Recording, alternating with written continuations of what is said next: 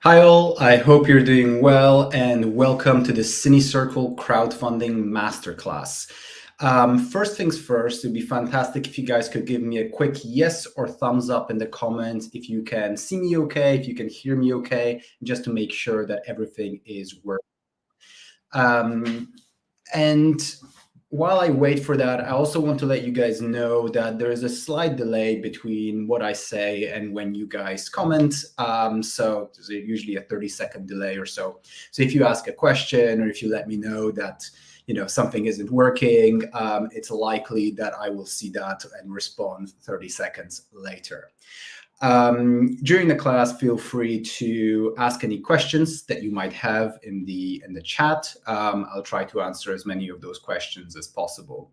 Also, feel free to introduce yourselves. Let us know a little bit about who you are, whether you're currently crowdfunding a project, what kind of project you're crowdfunding, or also why you're looking to learn about film crowdfunding.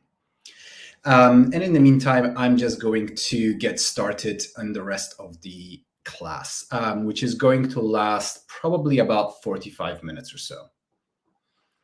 So a little bit of an introduction. First of all, we are going to introduce crowdfunding and specifically film rewards-based crowdfunding campaign, what it is, who it's for, and why you should use it. We're also going to talk a little bit about different statistics and strategies. So I think these are really important to see what's worked before. And these will be some quick wins and tips that you guys can use for your own crowdfunding campaigns. We're then going to move on to some of the main strategies, which are the essential steps to a successful campaign. I'm going to walk you guys through the 4 steps that really anyone who's crowdfunding a film project should go through before they move forward. And then we're going to talk a little bit about scaling. So how do you raise more than, for example, £10,000 or $10,000, and how and where you can find your backers. And yeah, these are all things that we'll discuss today. So a little bit about me. I mainly work as a digital marketing consultant. So my experience is primarily within digital marketing and marketing as a whole. I also worked as a film producer for about 6 years, although I haven't produced a film now in quite a while. I actually found that I was more interested in funding and marketing films than producing them myself, which is why I moved more to being a crowdfunding coach, more into marketing, and more into helping people fund their films. I'm also the founder of CineCircle, which is a film events company that really focuses on teaching filmmakers the business side of filmmaking. How do you get funding? How do you get distribution? And how do you develop your career and turn what for most people is a passion into an actual career or a business? So that is really what all of our events are about. And we have quite a lot of events that are both online as well as in person in London events. So quick introduction, what is crowdfunding? Well, crowdfunding is essentially a way to pool a large amount of money from quite a large amount of individual backers, where each person will donate or back or support a project with a small amount of money, but due to the audience size and the amount of people doing it, that is a significant amount which can help people fund a project or a new venture. And why should you crowdfund? Well, let me start off with saying why you shouldn't crowdfund. And why you shouldn't crowdfund is to personally gain money from that crowdfunding campaign. So the money that you gain from a crowdfunding campaign and why you should crowdfund is to create a new project to life that you normally wouldn't be able to fund through traditional, traditional funding means. So if you've got a great project that you really think should be done, which for most people is, for example, a short film, but it doesn't necessarily translate into a commercial success even if the film is released well, then you're unlikely to find private investors, you're unlikely to get pre-sale deals and so on. And for those situations, it's great to crowdfund.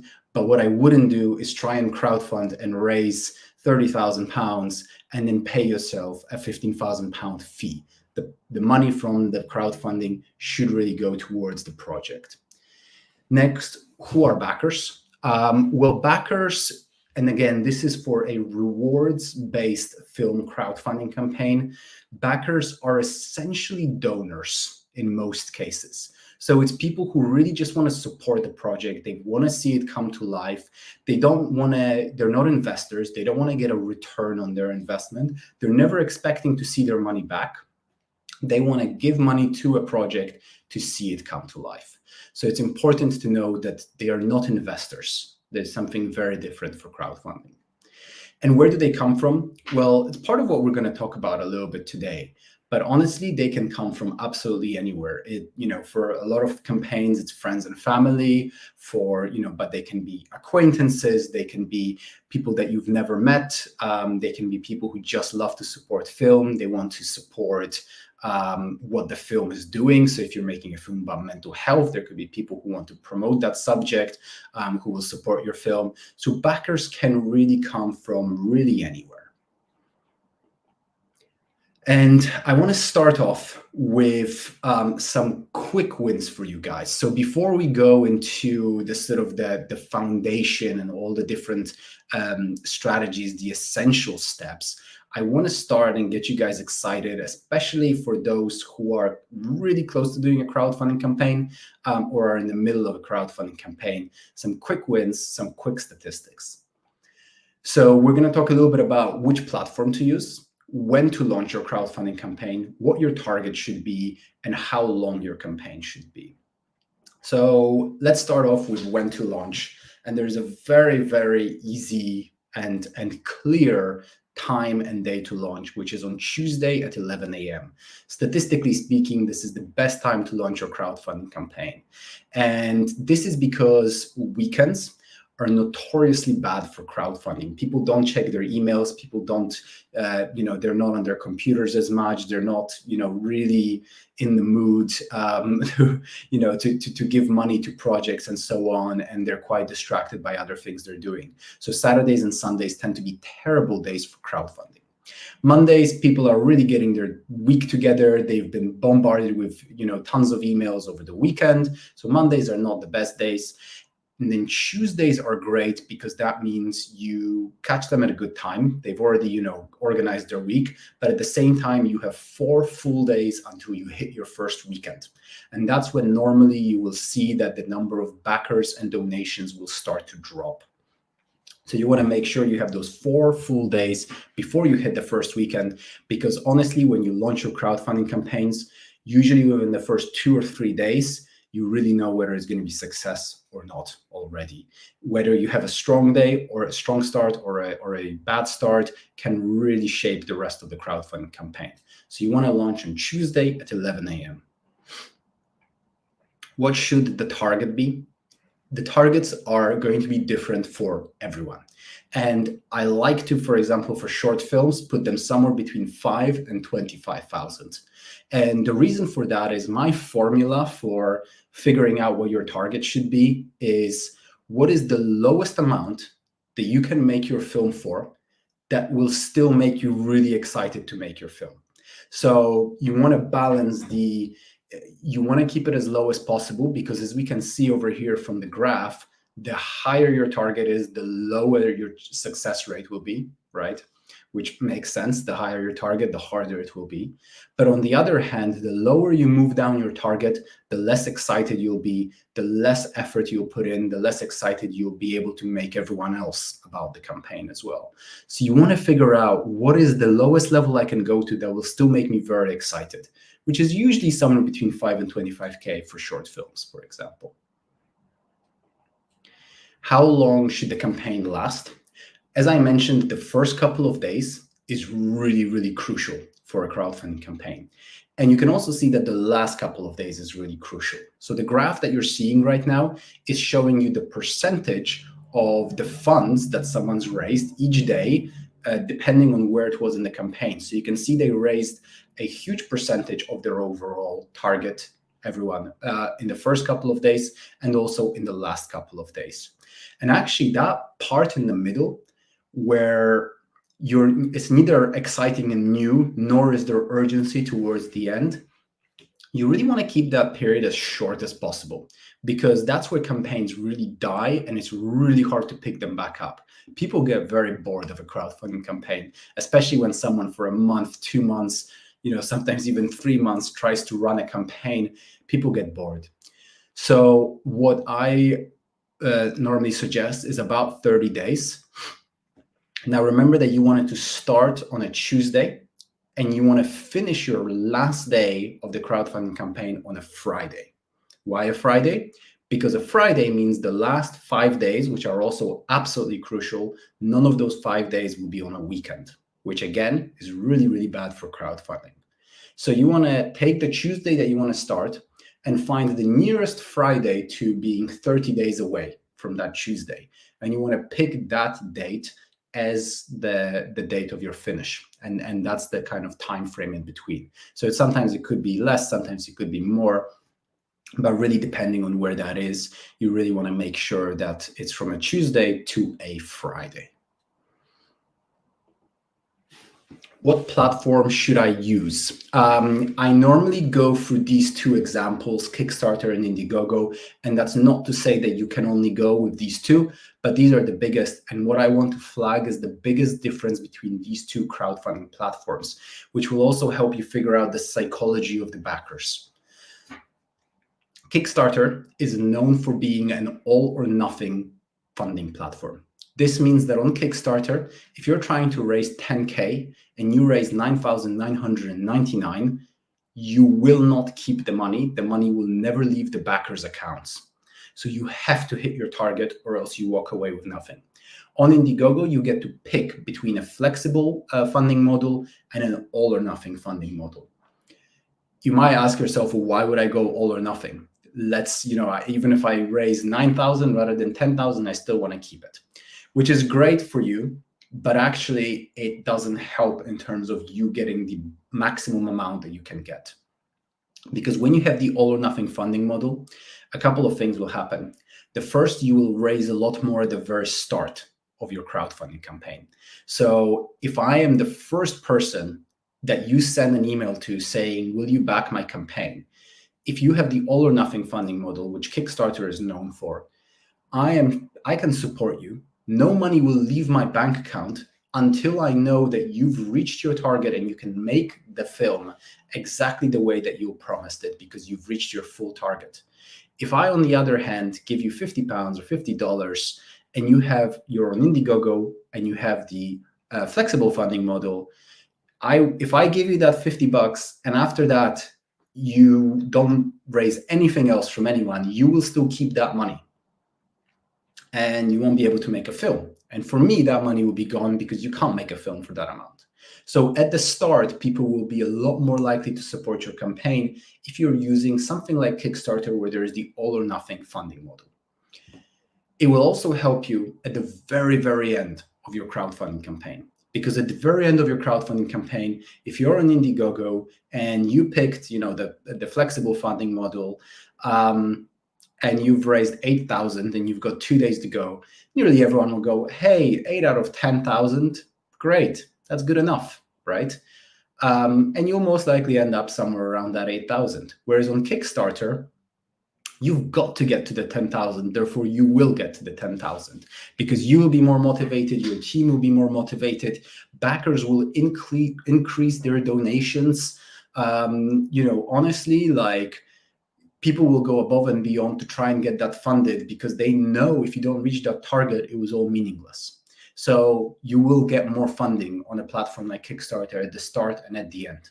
On Indiegogo, honestly, even if you pick the all or nothing funding model, Indiegogo is primarily known for being flexible versus Kickstarter. Everyone knows that it's known for being all or nothing. There are other platforms that I would consider in the US. If you're in the US, I would consider Seed and Spark, which is a good kind of very film-related crowdfunding platform. They have some great features on that. In the UK, I would recommend Greenlit. They also have some really cool features and they really focus on creative and film projects. So if you want a very film-specific crowdfunding platform, Greenlit in the UK, Seed and Spark in the US. And if you just want to go for the biggest and best known crowdfunding platforms, which sometimes is the best way to go, go for either Kickstarter or Indiegogo. I would definitely recommend Kickstarter. And then the final bit of statistics is just do your research. You can see over here your success rate based on how long ago how long before launching your campaign you came onto Kickstarter. So you can see the longer you've been on Kickstarter, the higher your chances of success are. And it makes sense. You learn the platform, you learn about the different projects, you build a community on there, and therefore you have a higher chance of success. So go on the platform, even support some projects, just £1 or $1, and see, do they email you back? What is the communication like? Do they ask you to increase your donation later on? Do they offer other incentives?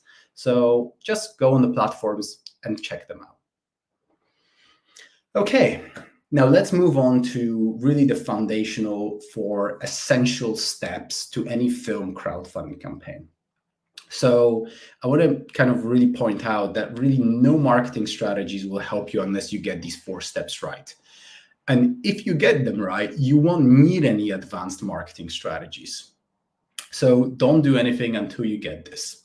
And the great thing is you can do them right now from your home, and you don't need anyone else to do these 4 steps. The first is to know your why. You really want to know why you're making this film. And this is honestly really, really important. And most people, they don't have a strong enough why. The selfish why. You need to know why you want to make this film, because this cannot be just another film. This can't be, I want to make a short film because I hope that it will win at some festivals, and then I hope that something will happen from it. That is not a good enough reason. That might be a good enough reason to make a film. It's not a good enough reason to ask people to give you money for a film. So you need to have a very strong selfish why. And I'll give you an example. I wanted to be a film producer, so I decided to make a short film. And at first I was like, I'm just making a short film. But then I created this selfish why, which was, I want to be a film producer. Now I can make the best film ever that's literally got 2 people sitting in a room together, 2 actors just talking. It could be an incredible film, and all the credit will go to those 2 actors and to the director. The producer literally just put a few people in a room. Why did you even need a producer for that? So I created a film, which was one of my first crowdfunding campaign, which was this apocalyptic action sci-fi film, where I wanted to create a film that was really designed for my selfish why of becoming a producer. So I created a film that had fight sequences, that had special effects, that had, a lot of different locations, that was, really difficult to produce in a lot of different ways. And if you watch the film, you would know, okay, well, so to produce that, you need to know a little bit about producing. So I really created a project to meet my selfish why of I want to be a producer. And once that film was finished, I used it within my showreel, I used it in my portfolio, and I was getting jobs, for example, shooting music videos at Warner Brothers Records, because they could see, well, okay, he can do that, he can handle some music videos. So you need to have a very strong selfish why. A why that really will make, for example, all of your family and friends go, yeah, we'll support you, because that just makes total sense for you. Most people don't support the projects for a crowdfunding campaign. They will support the people behind the crowdfunding campaign. Therefore, they need to see that it makes sense for you. You then have the strategic why, which is, what are you actually going to do with the film? So this is more the selfish why is for you. The strategic why is for the project. Is it going to go to festivals? What kind of festivals? Are you going to try and distribute it? Are you going to try and make money from it? Or, are you going to try and just have the most people see the film? This needs to make sense, because this strategic why is going to help you bring on board your cast, your crew. It's going to get all of them excited about the film. And then finally, you have the public why. The public why is, why does this film going to matter for the audience? So it's essentially, what effect do you want to have on the audience? Why are you making this film? Do you want to make them laugh? Do you want to, make the scariest horror film that has ever been made? Do you want to make an awesome action film? Do you have a message you want to send across? This is really for the audience. Why is this film, why is it going to be good for the audience? And then you're going to make turn all of these whys into a story. And I'm going to talk a little bit about that in one of the next steps. So the second step is to truly, truly believe in your film. Because I think most people who fail at crowdfunding don't really believe in their film. It's extremely important. And the reason for that is it's contagious. Genuinely, if you believe in your project, if you really believe in your project, other people will as well.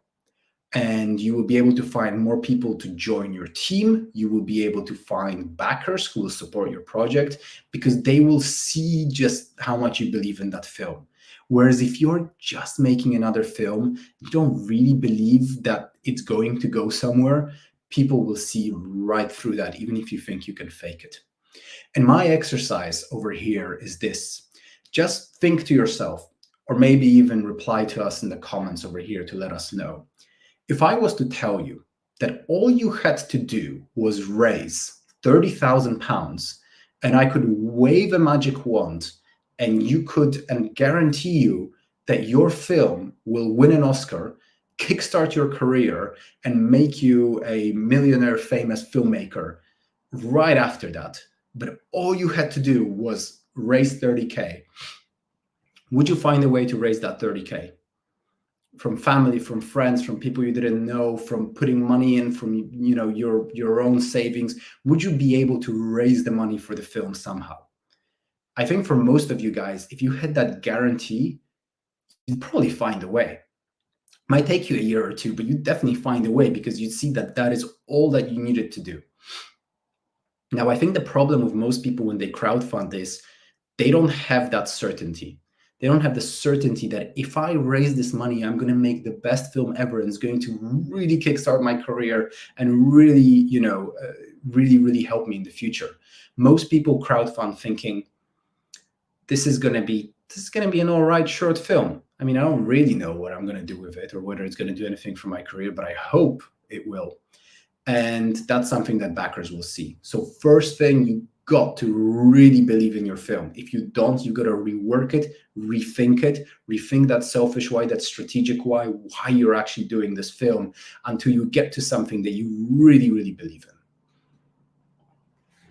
Next, you want to reinforce those beliefs with evidence. So this can be past work, your own past work, the cast, the crew. You want to make sure that, if you get a great DOP, that really reinforces that belief that someone else that's really great believes in your project. You can go and pitch at some pitching competitions. And if you win, again, that reinforces that belief that other people also believe this is a great project. Feedback. Go and collect a ton of feedback from other people. And again, just make sure that this film is really worth making before you give yourself the massive headache that might be launching a crowdfunding campaign.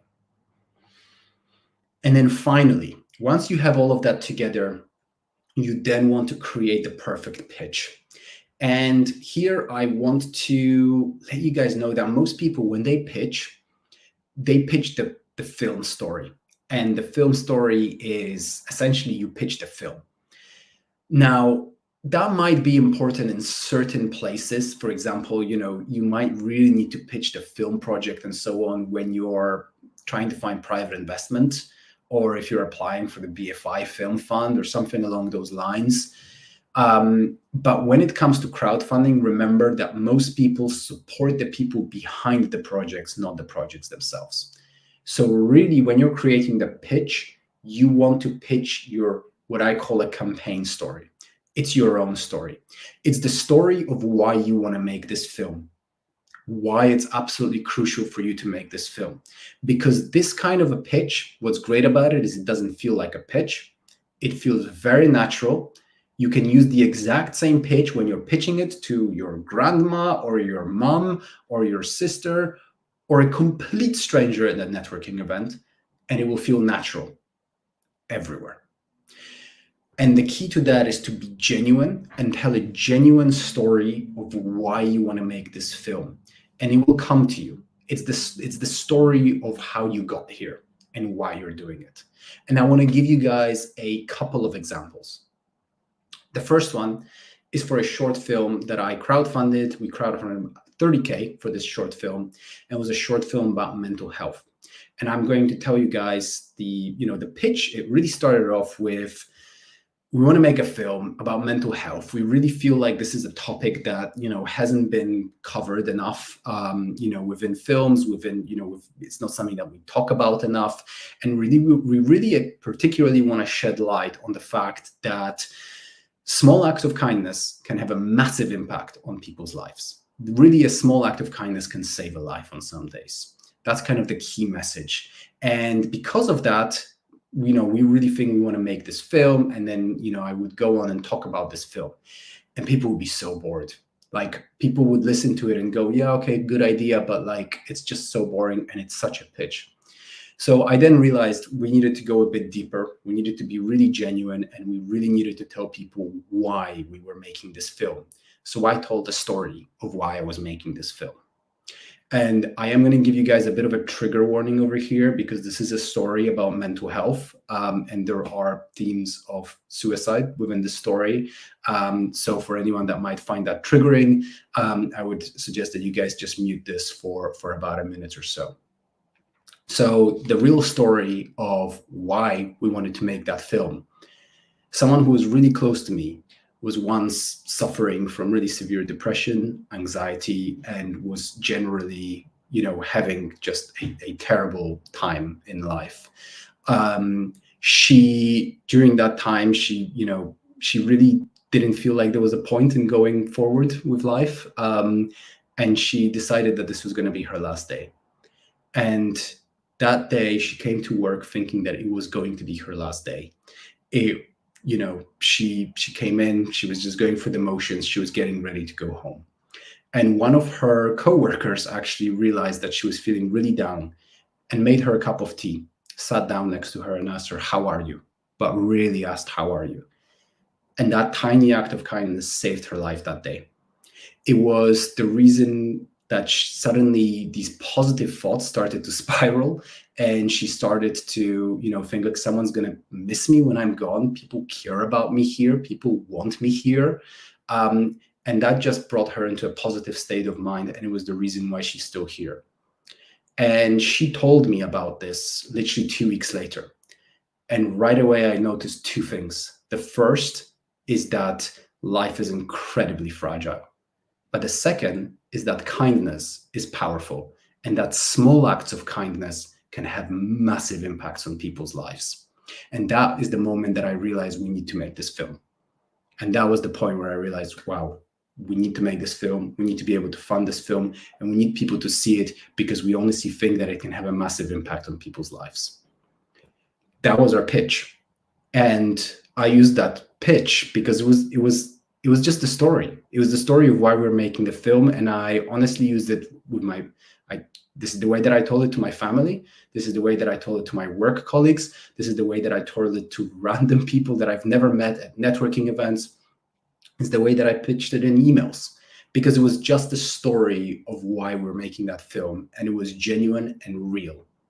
And when something is real, it's so much more powerful. So don't try to pitch the film, pitch yourself, pitch the story of why you're making that film, because that is what's so much more important in crowdfunding. I'm going to give you guys a completely different example now. This is going to be an example. It's actually these two actors who came to me a couple of years ago, and they said they wanted to crowdfund a comedy web series about London tour guides. And they kind of came to me and they said, honestly, like, we're tour guides ourselves, and like these hilarious things happen all the time, and we want to make a comedy web series about it. They started telling me about all these characters that they've made up, and all these funny things that are going to happen to them, and there's going to be a love story and so on. And I was like, guys, this is a bit boring, guys. And like, I don't care about these random characters that you're telling me. Just tell me something real. Like, tell me why, tell me a funny story from you guys, from when you were on a tour bus and when you were guides in London. And one of the actresses said, okay, well, you know what? I actually will tell you the very first time, once I passed my training, the very first time that I was alone on a London tour bus doing the guiding. And she said, it was a super sunny day, and, everyone was really happy that it was a Saturday. The bus was packed. I got on, we started driving around. I was showing people all the monuments, and everyone was asking questions. I knew all the answers. It was going amazing. Like, I was really happy, and I felt it was going really well until I saw that kid who started to piss out the window. And I thought to myself, what the hell do I do in this situation? The mom sitting next to the kid sees that he's pissing out the window. She's not saying anything. And I was stood there thinking to myself, oh my God, this is crazy. We need to make a web series about this, because this was day one of an incredibly eventful 3 years of me as a London tour guide. And there are so many other stories, and we are going to really bring all of them out within this web series. And there was something about it where, because it was real, it was funnier. Because it was real, it was more like, oh my God, did this actually happen? I can't believe, what would I do in that situation? And also, it's something that, again, you can tell your friends about this story. And naturally, from that story, you will go to talking about the web series. In the same way, you can, in a networking event, people will find hilarious when you tell them this real story. So think, what is the story of why you want to make this film and why you think you should crowdfund this film? And that's your pitch. Now, now that we've got those bases, let's go to marketing. How do you find your backers? How do you reach out to people? How do you find people to support your film? And the strategy, the key to a film crowdfunding success, is reach out to amass a huge number of people who know you, know about your project in a very personal way. So essentially what we're trying to do is, when you reach out to a parent or a sibling, or someone that you know really, really well, a best friend, they know you, they already know about the project. And if you walk up to them and you say, dude, can you support my campaign? And they say, yeah, sure. How do you recreate that on a massive scale? That's what we're trying to find out. So first of all, personal outreach. What does that mean? Well, the more personal, the better. So Facebook ad, the least personal thing ever. Going on the list, social media post, it's meant for anyone and everyone. A personalized email, though, it certainly gets it feels a bit more personal. It feels like someone really wrote that email for you. A private message that can't be scaled, a phone call. If you call someone, honestly, I nearly guarantee you that they will support your campaign. If you call them, you tell them about the project. A meeting in person. There's nothing better than if you meet someone for a cup of coffee, you tell them about, you talk about each other's lives, and then afterwards you tell them about the project and the crowdfunding campaign. You get them excited. They will then support it. So the more personal your outreach, the better. Now, how do you scale that personal outreach? So I'll give you guys a couple of tips and tricks over here. The first is, on the day that you launch, what you want to do is, to pretty much everyone that you want to send them an email, but you want to send them a highly personalized email. It might be to hundreds of people, telling them, I've just launched this crowdfunding campaign. This is an example. Hi, Simon. It's been literally months since I saw you at that last networking event. How are your acting jobs going? Have you had any great auditions lately? It'd be great to catch up. By the way, on my side, I've actually been working on my own short film that I'm getting ready to crowdfund. I'm really excited about this project. This is what it's about. This is why I want to make it. This is where you put your pitch, the why, the campaign story. And then you say, I would love it if you could take a look at the campaign and consider supporting it. I would also check out reward number 5. I think you'll really, really like that one. And this is how personalized that email should be. It shouldn't be a copy-pasted email. It should be a very highly personalized email. But you want to send hundreds of those on the first day. So how do you do that? Well, actually, it starts off months or weeks before the campaign. You want to start drafting these emails to all of your contacts.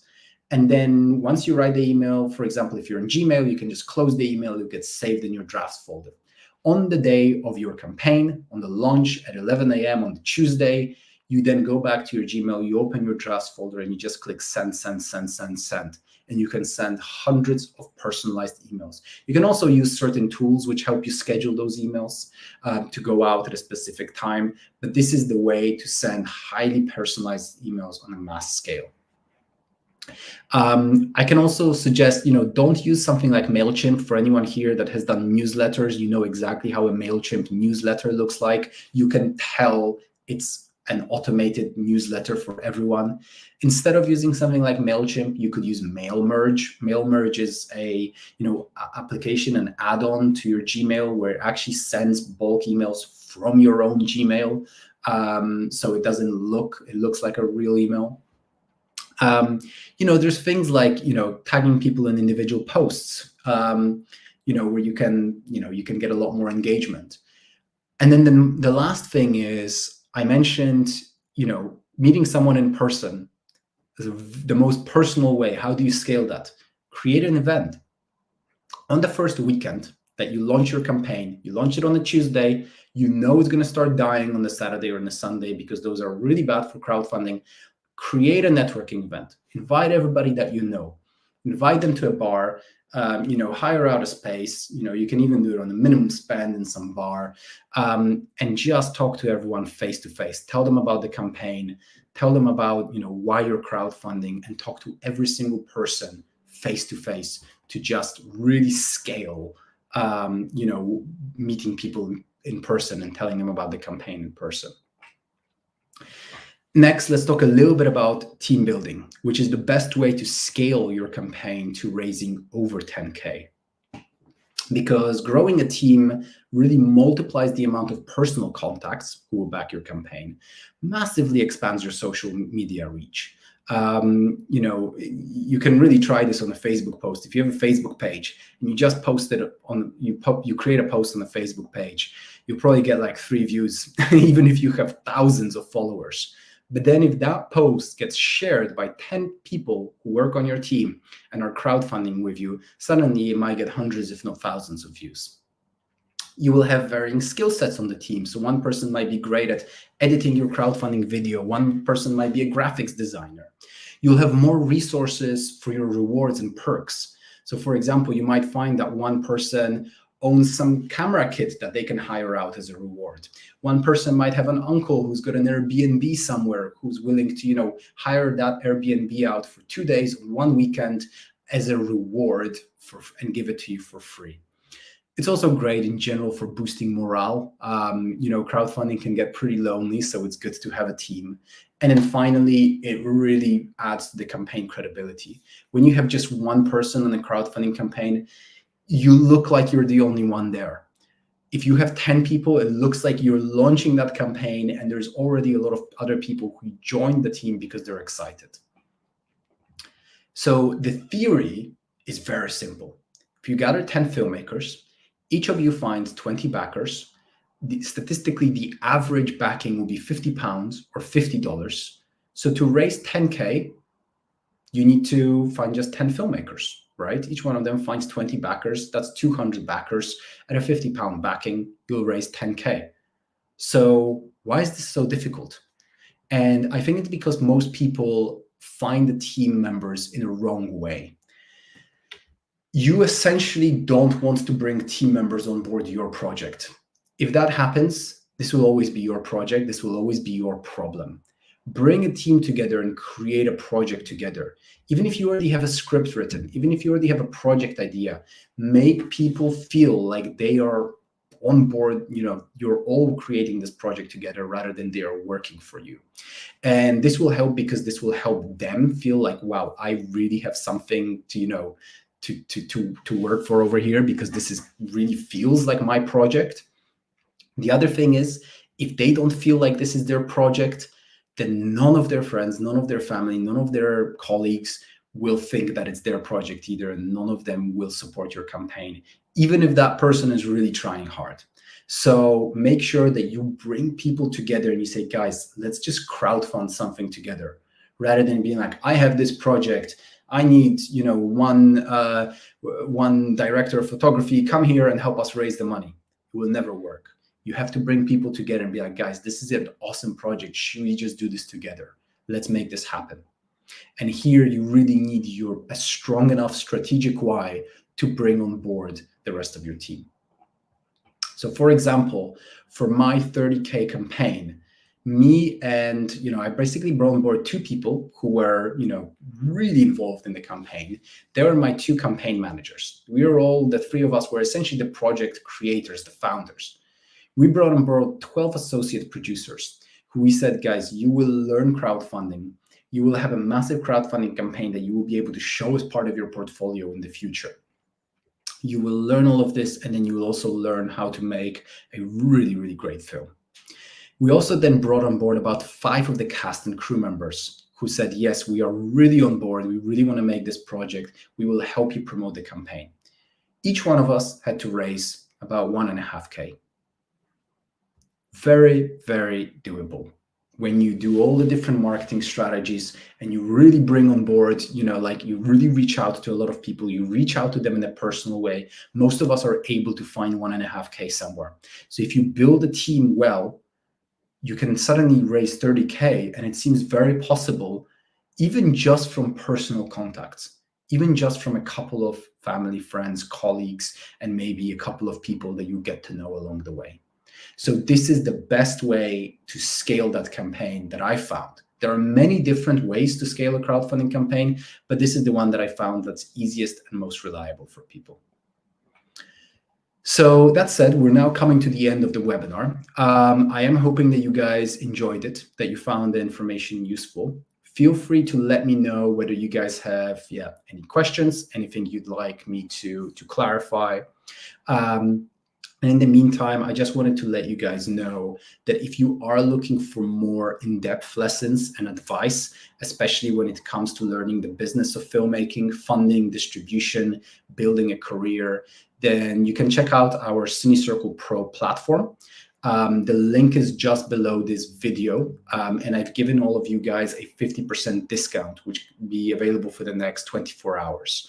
So if you are interested, this platform, it actually has a complete guide to crowdfunding, which is over a 6-hour course.